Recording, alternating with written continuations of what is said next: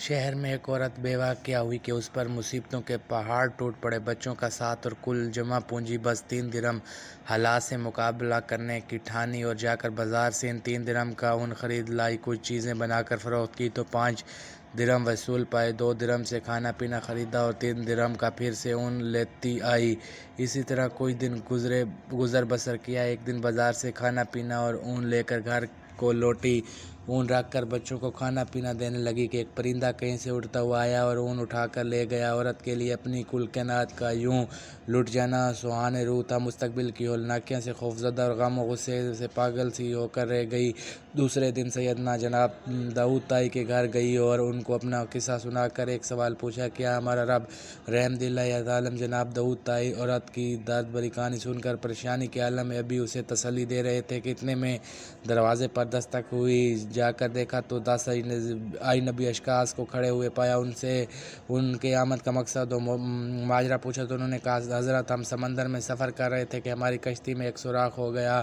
پانی اس تیزی سے بہہ رہا تھا کہ ہماری موت صاف نظر آ گئی۔ مصیبت کی اس گھڑی میں ہم میں سے ہر شخص نے عہد کیا کہ اگر اللہ پاک ہماری جان بچا دے تو ہم میں سے ہر آدمی 1000 درہم صدقہ دے گا۔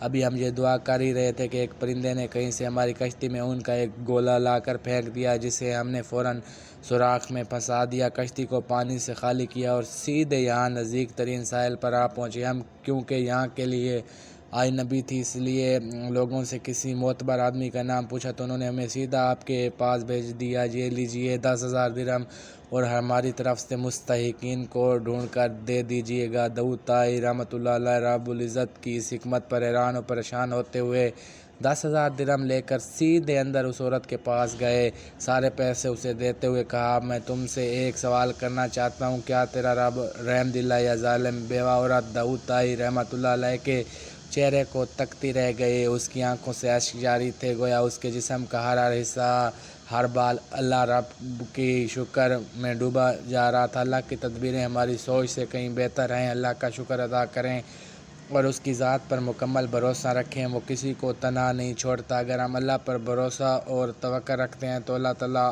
آپ کے لیے کافی ہے۔ اللہ تبارک و تعالیٰ سے دعا ہے کہ اللہ تعالیٰ دنیا اور آخرت میں خیر کثیر عطا فرمائے، آمین۔